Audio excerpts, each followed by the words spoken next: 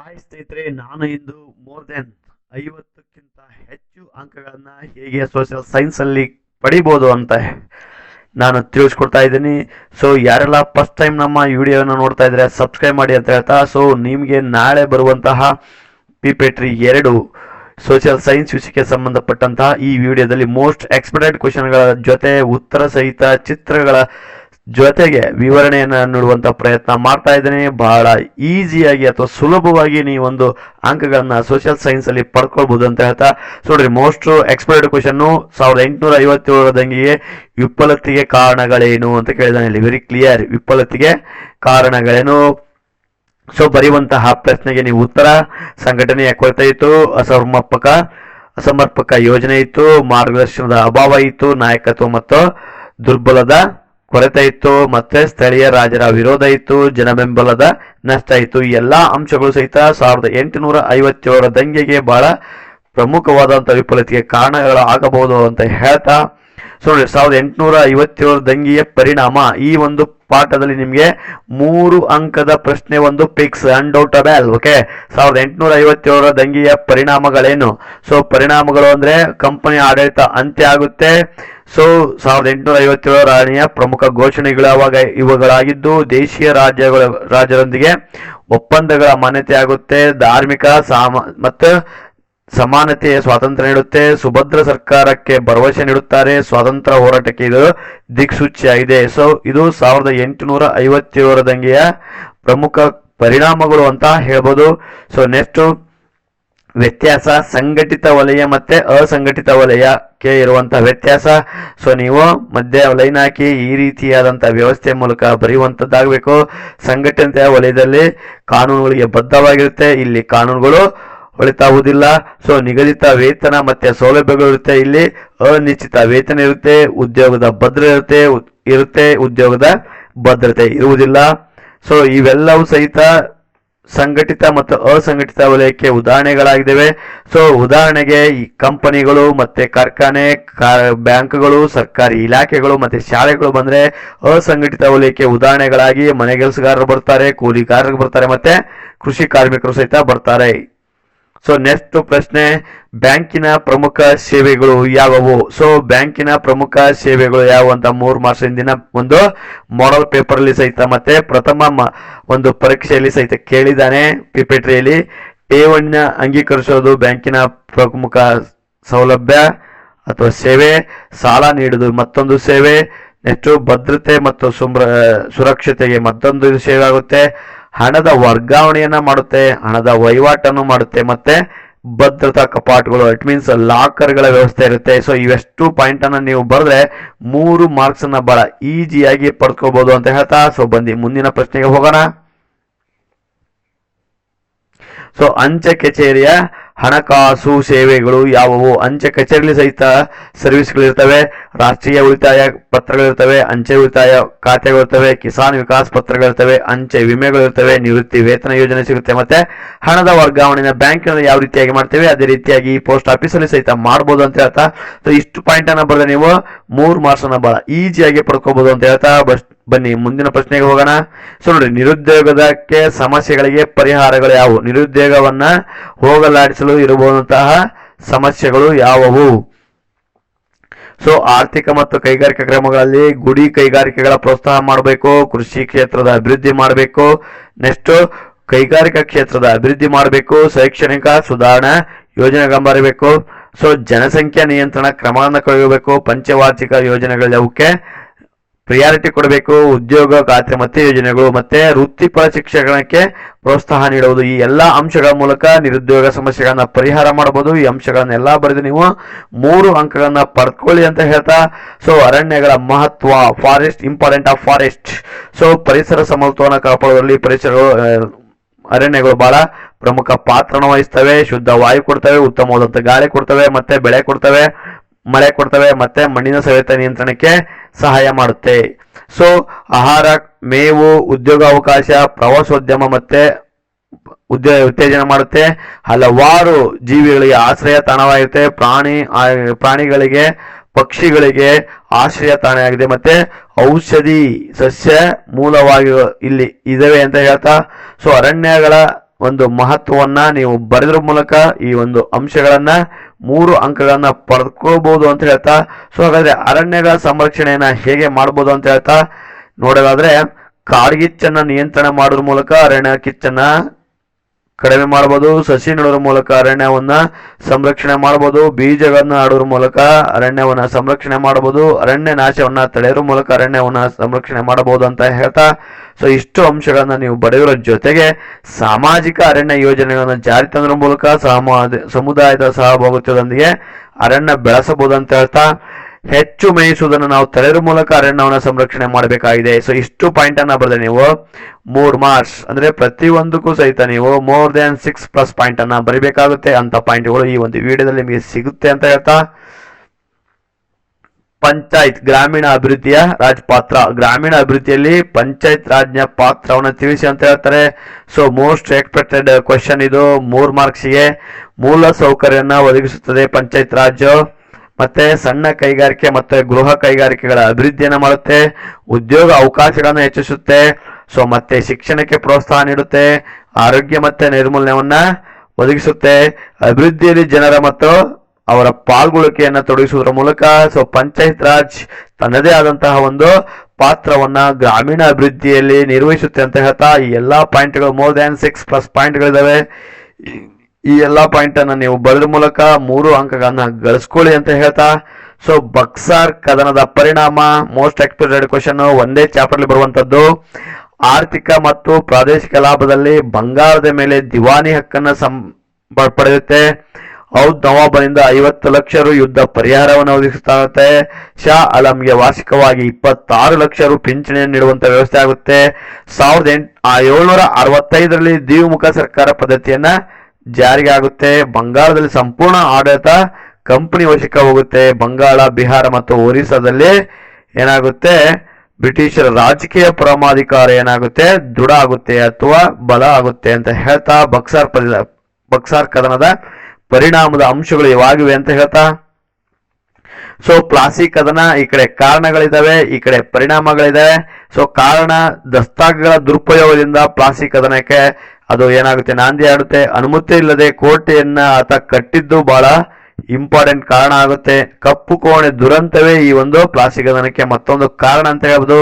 So Plassey ಕದನದ ನಂತರ ಉಂಟಾದಂತಹ ಪರಿಣಾಮ ಏನಂದ್ರೆ, ಮೀರ್ ಜಾಫರ್ ಬಂಗಾಳದ ನವಾಬನಾಗ್ತಾನೆ. ಕಂಪನಿಗೆ ಅನಿರ್ಬಂಧಿತ ವ್ಯಾಪಾರದ ಹಕ್ಕು ಸಿಗುತ್ತೆ. ಕಂಪನಿಗೆ 117 ಕೋಟಿ 70 ಲಕ್ಷ ರು ಮೀರ್ ಜಾಫರ್ ಕಂಪನಿಗೆ ದೊಡ್ಡ ಮೊತ್ತದ ಹಣವನ್ನ ನಷ್ಟದ ಪರಿಹಾರವಾಗಿ ನೀಡಿದನು. ಭಾರತೀಯರಲ್ಲಿ ಅನೈತಿಕತೆ ಪ್ರದರ್ಶನವಾಗುತ್ತೆ. ಇದು ಬಕ್ಸರ್ ಕದನದ ಪರಿಣಾಮ. ಕಾರಣ ಮತ್ತೆ ಪರಿಣಾಮವನ್ನ ಕೇಳಿದ್ರೆ ಈ ಅಂಶವನ್ನ ಬರೆದ್ರ ಮೂಲಕ ನೀವು 3 ಅಂಕಗಳನ್ನ ಬಹಳ ಸುಲಭವಾಗಿ ಪಡೆಯಬಹುದು ಅಂತ ಹೇಳ್ತಾ, ಸೊ ಬನ್ನಿ ನೆಕ್ಸ್ಟ್ ಕ್ವೆಶನ್ಗೆ ಹೋಗೋಣ. ಸೊ ಮಾರ್ತಾಂಡ ವರ್ಮನ ಐತಿಹಾಸಿಕ ಸಾಧನೆಗಳ ಡಚ್ಚರ ವಿರುದ್ಧ ವಿಜಯಗಳು ಅನ್ನುವ ಪ್ರಶ್ನೆ ನಿಮಗೆ ಕೇಳ್ತಾರೆ. ಫಸ್ಟ್ ಚಾಪ್ಟರ್ ಅಲ್ಲಿ ಬರುವಂತ ಫಸ್ಟ್ 3ನೇ ಅಂಕದ ಪ್ರಶ್ನೆ ಇದಾಗಿರುತ್ತೆ ಅಂತ ಹೇಳ್ತಾ, ಸೊ ಈತ ರಾಜಧಾನಿಯನ್ನ ಸ್ಥಳಾಂತರ ಮಾಡ್ತಾನೆ ಪದ್ಮನಾಭದಿಂದ ತಿರುವನಂತಪುರಕ್ಕೆ. ಸೊ ಮೆಣಸನ್ನ ಬೆಳೆಯುವಂತಹ ಪ್ರದೇಶಗಳ ಮೇಲೆ ಹಿಡಿತವನ್ನ ಹೊಂದಿರುತ್ತಾನೆ. ನೆಕ್ಸ್ಟ್ ಸೊ ಮೆಣಸಿನ ವ್ಯಾಪಾರದ ಮೇಲೆ ಹಿಡಿತ ಹೊಂದಿರುತ್ತಾನೆ. ವ್ಯಾಪಾರಿಕ ಕೇಂದ್ರಗಳ ವಶ ಡಚ್ಚರಿಗೆ ಕೂಟವನ್ನ ಸೋಲಿಸಿ ನೆಲಮಂಗಲ ಮತ್ತು ಕೊಟಾರ್ಕರ್ ವ್ಯಾಪಾರಿ ಕೇಂದ್ರವನ್ನು ವಶಪಡಿಸಿಕೊಳ್ತಾನೆ. ಸೊ 1741ರಲ್ಲಿ ಡಚ್ಚರು ಇಂಡಿಯಾ ಕಂಪನಿಯ ತಿರುವಾಂಕೂರ್ ಮೇಲೆ ಯುದ್ಧವನ್ನು ಸಾರಿದರು. ಅವರಿಗೆ ಅಪಾರ ನಷ್ಟವನ್ನು ಉಂಟು ಮಾಡಿದನು. 1753ರಲ್ಲಿ ಸಂಪೂರ್ಣ ಶರಣಾಗತಿ ಆಗ್ತಾನೆ. ಸೊ ಇದು ಮಾರ್ತಾಂಡ ವರ್ಮನ ಡಚ್ಚರ ವಿರುದ್ಧ ಹೋರಾಡಿದಂತಹ ಐತಿಹಾಸಿಕ ಸಾಧನೆಗಳು. 1741ರಲ್ಲಿ ಈಸ್ಟ್ ಇಂಡಿಯಾ ಕಂಪನಿ ತಿರುವಾಂಕೂರ್ ಮೇಲೆ ಯುದ್ಧ ಸಾರುತ್ತೆ. 1753ರಲ್ಲಿ ಡಚ್ ಪಡೆಗಳು ಸಂಪೂರ್ಣ ಶರಣಾಗತಿ ಆಗ್ತವೆ. ಇದು ಈ ಒಂದು ಮಾರ್ತಾಂಡ ವರ್ಮನ ಐತಿಹಾಸಿಕ ಸಾಧನೆ. ಸೊ ನೆಕ್ಸ್ಟ್ ಭಾರತದಲ್ಲಿ ಸಾಮಾಜಿಕ ಸುಧಾರಣೆಯ ಒಂದು ಪಾಠ 3 ಮಾರ್ಕ್ಸಿಗೂ ಬರುತ್ತೆ. ಪ್ಲಸ್ 4 ಅಂಕ 2 ಅಂಕದ ಪ್ರಶ್ನೆ ಇರುತ್ತೆ. ಅಂದ್ರೆ 4ನೇ ಮೇನ್ ಮತ್ತೆ 5ನೇ ಮೇನ್, ಈ 2 ಮೇನಲ್ಲಿ ಬರುವಂತ ಪ್ರಶ್ನೆ ಇದಾಗಿದೆ. ಹಿಂದೆ ಮಾಡಲ್ ಪೇಪರ್ ಅಲ್ಲಿ ಕೇಳಿದಾನೆ. ಸೊ ಸಾಮಾಜಿಕವಾಗಿ ಮತ್ತೆ ಧಾರ್ಮಿಕ ಸುಧಾರಣೆಯಲ್ಲಿ ಬರುವಂತಹ ಒಂದು ಅಂಶಗಳು, ಹಾನಿಕಾರ ಪದ್ಧತಿಗಳು ನಿಷೇಧವನ್ನ ಈ ಒಂದು ಸಾಮಾಜಿಕ ಧಾರ್ಮಿಕ ಸುಧಾರಣೆಯಲ್ಲಿ ನೋಡಬಹುದು. ಸತಿ ಪದ್ಧತಿ ನಿಷೇಧ ಮಾಡ್ತಾರೆ, ಬಾಲ್ಯ ವಿವಾಹ ನಿಷೇಧ ಮಾಡ್ತಾರೆ, ವರದಕ್ಷಿಣೆಯನ್ನ ನಿಷೇಧ ಮಾಡ್ತಾರೆ, ಪರದಾ ಪದ್ಧತಿಯನ್ನು ಸಹಿತ ರದ್ದುಪಡಿಸಲಾಗ್ತಾರೆ. ಸೊ ಸಬಲೀಕರಣಕ್ಕೆ ಹೆಚ್ಚಿನ ಪ್ರೋತ್ಸಾಹ ನೀಡುತ್ತಾರೆ. ಅದರಲ್ಲಿ ಸ್ತ್ರೀ ಶಿಕ್ಷಣಕ್ಕಾಗಿರ್ಬೋದು, ವಿಧವಾ ವಿವಾಹ ಆಗಿರ್ಬೋದು, ಸ್ತ್ರೀ ಸಮಾನತೆ ಮತ್ತೆ ಸಕ್ರಿಯತೆಯನ್ನ ಉತ್ತೇಜಿಸಲಾಗುತ್ತದೆ. ಸೊ ಜಾತಿ ಪದ್ಧತಿಯನ್ನ ವಿರೋಧ ಮಾಡ್ತಾರೆ. ಸಾಮಾಜಿಕ ಸಮಾನತೆಯನ್ನ ಸ್ಥಾಪಿಸಲು ಜಾತಿ ವ್ಯವಸ್ಥೆಯನ್ನ ಪ್ರಶ್ನಿಸಲಾಯಿತು. ಧಾರ್ಮಿಕ ಆಚರಣೆಗಳಲ್ಲಿ ಸ್ವಲ್ಪ ಬದಲಾವಣೆಯನ್ನ ಇಲ್ಲಿ ಕಾಣಬಹುದು. ವಿಗ್ರಹ ಆರಾಧನೆ ಅಂತ ಸಾಂಪ್ರದಾಯಿಕ ಆಚರಣೆಗಳನ್ನ ಇಲ್ಲಿ ಪ್ರಶ್ನಿಸಲಾಯಿತು ಅಂತ ಹೇಳ್ತಾನೆ. ನೋಡಿ, ಭಾರತದ ವಿದೇಶಾಂಗ ನೀತಿಯ ಮೂಲ ತತ್ವಗಳು, ಆ ತತ್ವಗಳು ಯಾವುವು ಅಂದ್ರೆ, ಸೊ ಫಸ್ಟ್ ಪಾಯಿಂಟ್ ವಸಾಹತು ಸಾಹಿತ್ವಕ್ಕೆ ವಿರೋಧ ಆಗುತ್ತೆ. ಸೆಕೆಂಡ್ ಪಾಯಿಂಟ್ ಸಾಮ್ರಾಜ್ಯಶಾಹಿತ್ವಕ್ಕೆ ವಿರೋಧ ಆಗುತ್ತೆ. ಥರ್ಡ್ ಪಾಯಿಂಟ್ ವರ್ಣಭೇದ ನೀತಿಗೆ ವಿರೋಧ ಆಗುತ್ತೆ. ಫೋರ್ತ್ ಪಾಯಿಂಟ್ ಆರ್ಥಿಕ ಮತ್ತು ವಿಜ್ಞಾನದ ಪ್ರಗತಿಗೆ ಪ್ರಥಮ ಆದ್ಯತೆ ಆಗಿರುತ್ತೆ. ನೆಕ್ಸ್ಟ್ ಫಿಫ್ತ್ ಪಾಯಿಂಟ್ ನಿಶಸ್ತ್ರೀಕರಣಕ್ಕೆ ಬೆಂಬಲ ಆಗುತ್ತೆ. ನೆಕ್ಸ್ಟ್ ವಿಶ್ವಸಂಸ್ಥೆ ಮತ್ತು ವಿಶ್ವಶಾಂತಿಗೆ ಬೆಂಬಲ ಆಗುತ್ತೆ. ಇಷ್ಟು ಎಲ್ಲಾ ಪಾಯಿಂಟ್ಗಳು ಸಹಿತ ಭಾರತದ ವಿದೇಶಾಂಗ ನೀತಿಯ ಪ್ರಮುಖ ಮೂಲ ತತ್ವಗಳಾಗಿದ್ದಾವೆ. ಮೋರ್ ದೆನ್ 6+ ಪಾಯಿಂಟ್ ಅನ್ನ ಬರೆದ ನೀವು 3 ಅಂಕಗಳನ್ನ ಬಹಳ ಈಸಿಯಾಗಿ ಪಡ್ಕೋಬಹುದು ಅಂತ ಹೇಳ್ತಾ, ಸೊ ನೆಕ್ಸ್ಟ್ ಭಯೋತ್ಪಾದನೆಯ ವಿರುದ್ಧ ಭಾರತದ ಯಾವ ಯಾವ ಕ್ರಮಗಳು ಕೈಗೊಂಡಿದೆ ಭಾರತವು ಅಂತ ನೋಡ್ಕೊಂತ ಹೋದಾದ್ರೆ, NI ಮತ್ತೆ ATS ಎಂಬ ಸಂಸ್ಥೆಗಳನ್ನ ಸ್ಥಾಪನೆ ಮಾಡಿದ್ವಿ. ಭಯೋತ್ಪಾದನಾ ತನಿಖೆಗೆ ರಾಷ್ಟ್ರೀಯ ತನಿಖಾ ದಳವನ್ನ ರಚಿಸಲಾಗಿದೆ ಅಂತ ಹೇಳ್ತಾನೆ. ದೇಶದ ಭದ್ರತೆಗಾಗಿ ಇಂಟೆಲಿಜೆನ್ಸ್ ಬ್ಯೂರೋ ಮತ್ತೆ ರಾ ಸಂಸ್ಥೆಗಳ ಮೂಲಕ ಮಾಹಿತಿಯನ್ನು ಸಂಗ್ರಹಣೆ ಮಾಡುತ್ತೆ. ಹಣಕಾಸು ವರ್ಗಾವಣೆ ತಡೆಗೆ ಭಯೋತ್ಪಾದನೆಗೆ ಸಿಗುವ ಆರ್ಥಿಕ ನೆರವನ್ನ ಪತ್ತೆ ತಡೆಯಲು ಹಣಕಾಸು ಗುಪ್ತಚರ ಘಟಕಗಳನ್ನ ಸ್ಥಾಪನೆ ಮಾಡಿದೆ. ಸೊ ಸ್ಪೆಷಲ್ ಫೋರ್ಸ್ ಗಳನ್ನ ಬಳಕೆ ಮಾಡುವಂಥದ್ದು, ಭಯೋತ್ಪಾದನೆ ನಿಗ್ರಹಕ್ಕೆ ವಿಶೇಷ ರೀತಿಯ ಪರಿಣತಿ ಪಡೆದ ಶಸ್ತ್ರಾಸ್ತ್ರ ಪಡೆಗಳು ಮತ್ತು ರಕ್ಷಣಾ ಪಡೆಗಳನ್ನ ನಿಯೋಜನೆ ಮಾಡುವಂಥದ್ದು. ಭಯೋತ್ಪಾದನೆ ವಿರುದ್ಧ ಜಾಗತಿಕ ಹೋರಾಟಕ್ಕೆ ಭಾರತವು ಸಕ್ರಿಯವಾಗಿ ಬೆಂಬಲ ಮತ್ತೆ ಸಹಕಾರವನ್ನು ಅಂತಾರಾಷ್ಟ್ರೀಯ ಮಟ್ಟದಲ್ಲಿ ನೀಡುವಂಥದ್ದು. ಸೊ ಎಲ್ಲಾ ಪಾಯಿಂಟು ಭಾರತವು ಭಯೋತ್ಪಾದನೆ ವಿರುದ್ಧ ತೆಗೆದುಕೊಂಡಂತ ಪ್ರಮುಖ ಕ್ರಮಗಳು ಅಂತ ಹೇಳ್ಬೋದು. ನೆಕ್ಸ್ಟ್ ಚಂಡಮಾರುತ ಮತ್ತೆ ಪ್ರವಾಹಗಳು ವಿನಾಶಕಾರಿ. ಸೊ ಅವು ಯಾಕೆ ಅಂತ ಅಂದ್ರೆ, ಅಪಾರ ಪ್ರಮಾಣದ ಸಾವು ನೋವನ್ನ ಆ ಒಂದು ಚಂಡಮಾರುತ ಪ್ರವಾಹಗಳ ಪರಿಣಾಮ ನೋಡಬಹುದು. ಸಾರಿಗೆ ಮತ್ತು ಸಂಪರ್ಕ ಅಸ್ತವ್ಯಸ್ತ ಆಗುತ್ತೆ. ಸಾಂಕ್ರಾಮಿಕ ರೋಗಗಳು ಹರಡುತ್ತವೆ. ಆಸ್ತಿ ಪಾಸ್ತಿ ಹಾನಿಯಾಗುತ್ತೆ. ವಿದ್ಯುತ್ ಮಿತವ್ಯಯ ಆಗುತ್ತೆ. ಬೆಳೆಗಳು ನಾಶ ಆಗುತ್ತೆ. ಸೊ ಈ ಒಂದು ಪ್ರಾಕೃತಿಕ ವಿಕೋಪಗಳು ಯಾವೇ ಬಂದ್ರು ಸಹಿತ ಪರಿಣಾಮಗಳು ಎಷ್ಟು ಪಾಯಿಂಟ್ ಅನ್ನ ಸಾಕು ಬರೆದ್ರೆ ನೀವು ಬಹಳ ಈಸಿಯಾಗಿ 3 ಅಂಕಗಳನ್ನ ಪಡ್ಕೋಬಹುದು ಅಂತ ಹೇಳ್ತಾ, ಸೊ ನೆಕ್ಸ್ಟ್ ಮಹಿಳಾ ಸ್ವಸಹಾಯ ಗುಂಪುಗಳು.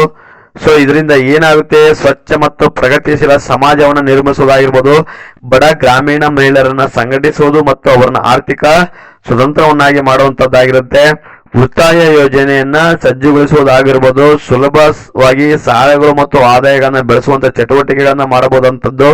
ಸೊ ಸಾಮಾಜಿಕ ಅನಿಷ್ಟ ಮತ್ತು ಅದರ ವಿರುದ್ಧ ಪದ್ಧತಿಗಳ ವಿರುದ್ಧ ಹೋರಾಟ ಮಾಡಬಹುದಂತೂ. ಫಾರ್ ಎಕ್ಸಾಂಪಲ್ ಬಾಲ್ಯ ವಿವಾಹ, ವರದಕ್ಷಿಣೆ, ಜಾತಿ ವ್ಯವಸ್ಥೆ ಮತ್ತೆ ಶೋಷಣೆ ವಿರುದ್ಧ ಇರುವುದು. ಸೊ ಇದು ಮಹಿಳಾ ಸ್ವಸಹಾಯ ಗುಂಪುಗಳ ಮಹತ್ವ ಅಂತ ಹೇಳ್ತಾ, ಸೊ ನೆಕ್ಸ್ಟ್ ನೋಡಿ, ಸಾರ್ವಜನಿಕ ಮತ್ತು ಖಾಸಗಿ ಹಣಕಾಸಿನ ವ್ಯತ್ಯಾಸ, public finance and then private finance.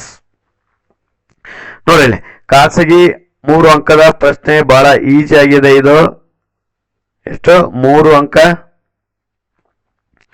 So ಇದು ಒಬ್ಬ ವ್ಯಕ್ತಿಗೆ ಅಥವಾ ಒಂದು ಕುಟುಂಬಕ್ಕೆ ಸೇರುವಂತದ್ದು. ಇದು ಸರ್ಕಾರ ಮತ್ತು ಆದಾಯಕ್ಕೆ ಸಂಬಂಧಿಸಿದಂಥದ್ದು. ಕುಟುಂಬದ ಆದಾಯ ಮತ್ತು ವೆಚ್ಚಕ್ಕೆ ಸಂಬಂಧಿಸಿದೆ. ಇದು ಸರ್ಕಾರದ ವೆಚ್ಚಕ್ಕೆ ಸಂಬಂಧಿಸಿದೆ. ಮೊದಲು ಆದಾಯವನ್ನು ಲೆಕ್ಕ ಆಗುತ್ತದೆ. ಇದು ಮೊದಲು ಖರ್ಚನ್ನ, ನಂತರ ಆದಾಯವನ್ನ ಸರಿಹೊಂದಿಸುತ್ತೆ, ನಂತರ ಇದು ವೆಚ್ಚವನ್ನ ಯೋಜಿಸಲಾಗುತ್ತದೆ. ಸೊ ಗೌಪ್ಯವಾಗಿ ಮತ್ತು ವೈಯಕ್ತಿಕವಾಗಿ ಈ ಒಂದು ಮಾಹಿತಿಗಳನ್ನ ಇಲ್ಲಿ ನೋಡಬಹುದು ಇಡುವಂತದ್ದು ವ್ಯವಸ್ಥೆ. ಬಟ್ ಇಲ್ಲಿ ಶಾಸಕಾಂಗ ಸದನಗಳಲ್ಲಿ ಹಣಕಾಸಿನ ವಿಷಯ ಬಗ್ಗೆ ಚರ್ಚೆ ಆಗುತ್ತೆ.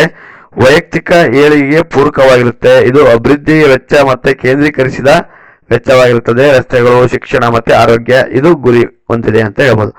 ನೆಕ್ಸ್ಟ್,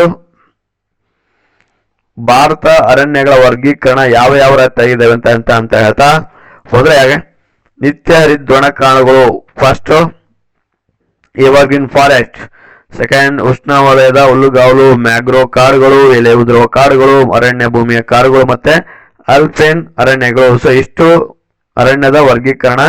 ಸೊ ಇಷ್ಟು ಬರೆದ್ರೆ ನೀವು 3 ಮಾರ್ಕ್ಸ್ ಅನ್ನ ಪಡ್ಕೋಬಹುದು ಅಂತ ಹೇಳ್ತಾ, ಸೊ ನೆಕ್ಸ್ಟ್ ನೋಡ್ರಿ, ನಿರುದ್ಯೋಗವನ್ನ ಎದುರಿಸಲು ಪ್ರಮುಖವಾದಂತಹ 8 ಕ್ರಮಗಳು: ಜನಸಂಖ್ಯಾ ನಿಯಂತ್ರಣವನ್ನು ಮಾಡಬೇಕು, ಉದ್ಯೋಗ ಖಾತ್ರಿ ಯೋಜನೆ ಕಾರ್ಯಕ್ರಮವನ್ನು ಜಾರಿ ತರಬೇಕು, ಗ್ರಾಮೀಣ ಅಭಿವೃದ್ಧಿಗಳಲ್ಲಿ ಮೂಲಸೌಕರ್ಯಗಳನ್ನು ಒದಗಿಸಬೇಕು, ವೃತ್ತಿಪರ ಶಿಕ್ಷಣಕ್ಕೆ ಆದ್ಯತೆ ನೀಡಬೇಕು, ಕೃಷಿ ಅಭಿವೃದ್ಧಿಗೆ ಸಹಾಯಕವಾಗುವಂತಹ ವ್ಯವಸ್ಥೆಯನ್ನು ರೂಪಿಸಬೇಕು, ಕೈಗಾರಿಕಾ ಅಭಿವೃದ್ಧಿಯನ್ನು ಮಾಡಬೇಕು, ಶೈಕ್ಷಣಿಕ ಸುಧಾರಣೆಗಳಾಗಬೇಕು, ಪಂಚವಾರ್ಷಿಕ ಯೋಜನೆಗಳ ಪರಿಣಾಮಕಾರಿಯಾದ ಜಾರಿಯಾದಂತಹ ಅಂಶಗಳಾದ ನಾವು ನಿರುದ್ಯೋಗವನ್ನ ಏನ್ ಮಾಡಬಹುದು, ಎದುರಿಸಬಹುದು ಅಂತ ಹೇಳ್ತಾ 3 ಅಂಕಗಳನ್ನ ಈ ಒಂದು ಪಾಯಿಂಟ್ ಅನ್ನ ನೀವು ಬರೆದ್ರ ಮೂಲಕ, ಕಲಿದ್ರ ಮೂಲಕ, ಅಭ್ಯಾಸದ್ರ ಮೂಲಕ ಪಡೆದುಕೊಳ್ಳಿ ಅಂತ ಹೇಳ್ತಾ, ಸೊ ಗ್ರಾಮೀಣ ಅಭಿವೃದ್ಧಿ ಸಮೃದ್ಧ ಭಾರತದ ಒಂದು ಹೆಜ್ಜೆ ಅಂದ್ರೆ ಗ್ರಾಮೀಣ ಅಭಿವೃದ್ಧಿಯ ಪ್ರಮುಖ ಗುರಿಗಳು ಮೂಲಸೌಕರ್ಯಗಳನ್ನು ನಿರ್ಮಿಸುವಂತದ್ದು, ನಗರಗಳಿಗೆ ವಲಸೆ ಹೋಗುವುದನ್ನು ತಡೆಗಟ್ಟುವಂತದ್ದು, ಮತ್ತೆ ಸಮಗ್ರ ಸಬಲೀಕರಣಕ್ಕೆ ಆದ್ಯತೆ ನೀಡುವಂತದ್ದು, ಮಾನವ ಸಂಪನ್ಮೂಲವನ್ನು ಸರಿಯಾಗಿ ಬಳಸಿಕೊಳ್ಳುವಂತದ್ದು, ಮೂಲಭೂತ ಸೌಕರ್ಯಗಳಿಗೆ ಹೆಚ್ಚಿನ ಆದ್ಯತೆಯನ್ನು ನೀಡುವಂತದ್ದು, ಆದಾಯ ಮತ್ತು ಉತ್ಪಾದನಾ ಚಟುವಟಿಕೆಗಳನ್ನ ಸೃಷ್ಟಿಸುವಂತದ್ದು. ಸೊ ಇದು ಗ್ರಾಮೀಣ ಅಭಿವೃದ್ಧಿ ಮಹತ್ವ ಅಂತ ಹೇಳ್ತಾ, ಸೊ ಯಾರೆಲ್ಲ ವಿಡಿಯೋ ಇಷ್ಟ ಆದ್ರೆ ಲೈಕ್ ಮಾಡಿ, ಶೇರ್ ಮಾಡಿ. ಇನ್ನೂ ಹೆಚ್ಚಿನ ರೀತಿಯಾದಂತಹ ಒಂದು ವಿಡಿಯೋಗಳನ್ನ ಈ ನಮ್ಮ ಚಾನಲ್ ಮೂಲಕ ತರ್ತಾ ಇದ್ದೀವಿ ಅಂತ ಹೇಳ್ತಾ ಮುಂದಿನ ತರಗತಿಯಲ್ಲಿ ಸಿಗೋಣ.